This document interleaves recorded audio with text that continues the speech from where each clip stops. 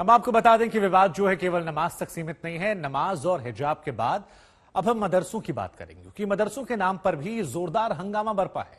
कुछ लोग ये कह रहे हैं कि मदरसों पर गैर जरूरी प्रतिबंध लगाने की कोशिश की जा रही है, तो वहीं कुछ लोग ये कह रहे हैं कि मदरसों में देश विरोधी गतिविधियां होती हैं और इसीलिए वक्त आ गया कि मदरसों पर पूर्णतः प्रतिबंध लगा देना चाहिए। जरा देखिए मदरसों पर विवाद को लेकर रिपोर्ट।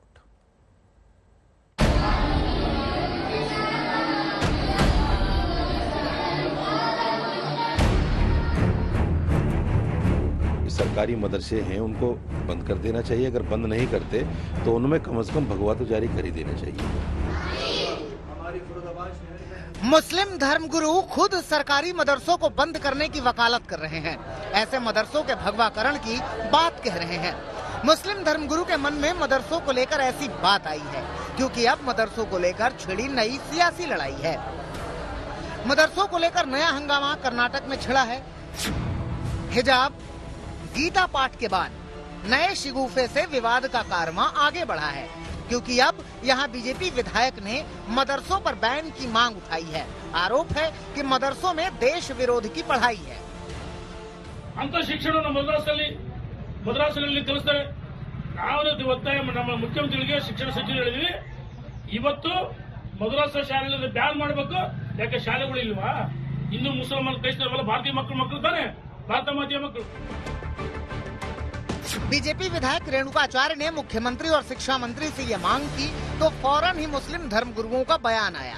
किसी ने सरकारी गैर सरकारी मदरसों का अंतर समझाया, किसी ने ऐसे बयानों को सियासी एजेंडा बताया। मदरसे दो तरह के हैं। एक मदरसे वो हैं जो गवर्नमेंट से एफिलेटेड हैं, जिनको गवर्नमेंट तनख्वाही भी देती है और सारा खर्च उनका उठाती है। एक मदरसे वो हैं जो लोगों के चंदे पर चलते हैं। मैं समझता हूँ कि सरकार जिनके बारे में बोलती है कभी भी, वो मदरसे हैं जिनको सरकार ऐड देती है। और मेरा मानना ये है कि ऐसे सारे मदरसों को बंद कर देना चाहिए जो गवर्नमेंट के ऐड पर चलते हैं। क्योंकि जो मदरसा गवर्नमेंट के ऐड पर चलेगा तो जाहिर बात है कि गवर्नमेंट जो है उसमें अपने कानून लागू करेगी, उसको कोई एतराज़ नहीं कर सकता। जाहिर है कि मदरसों में हमेशा हुब्बुल वतनी की तालीम, मुल्क के साथ वफादारी की तालीम और मुल्क के साथ किस तरीके से एक इंसान को बेहतरीन तरीके से रहना है, इसकी तालीम दी जाती है। तो ये लोग जो बयान देते हैं ये वाकई में अपने आप को हाईलाइट करने के लिए, अपने आप को मेन स्ट्रीम में बनाए रखने के लिए और कहीं ना कहीं अपने नफरती एजेंडे को स्थापित करने के लिए इस तरीके के बयान देते रहते हैं। ऐसा नहीं है कि बीजेपी विधायक रेणुकाचार्य के बयान पर पहली बार विवाद हुआ हो। वो पहले भी अपने बयानों से कर्नाटक की सियासत गरमाते रहे हैं, लेकिन इस बार बात एक मजहब से जुड़ी है। उन्हें अपनी पार्टी के कुछ नेताओं का साथ तो मिल रहा है, लेकिन सधे हुए शब्दों में। कई मदरसा के अंदर एंटी एलिमेंट वर्क होता है, तो ऐसे जो भी एंटी एलिमेंट रहते हैं उनके सख्त से सख्त सजा देनी चाहिए और ऐसे बैंड भी कर देने चाहिए, और जो भी दोषी पाए जाए उनको पकड़ के जेल में डाल देना चाहिए। हालांकि मुस्लिम धर्मगुरु मदरसों में देश विरोधी पाठ के आरोपों से पूरी तरह इनकार कर रहे हैं।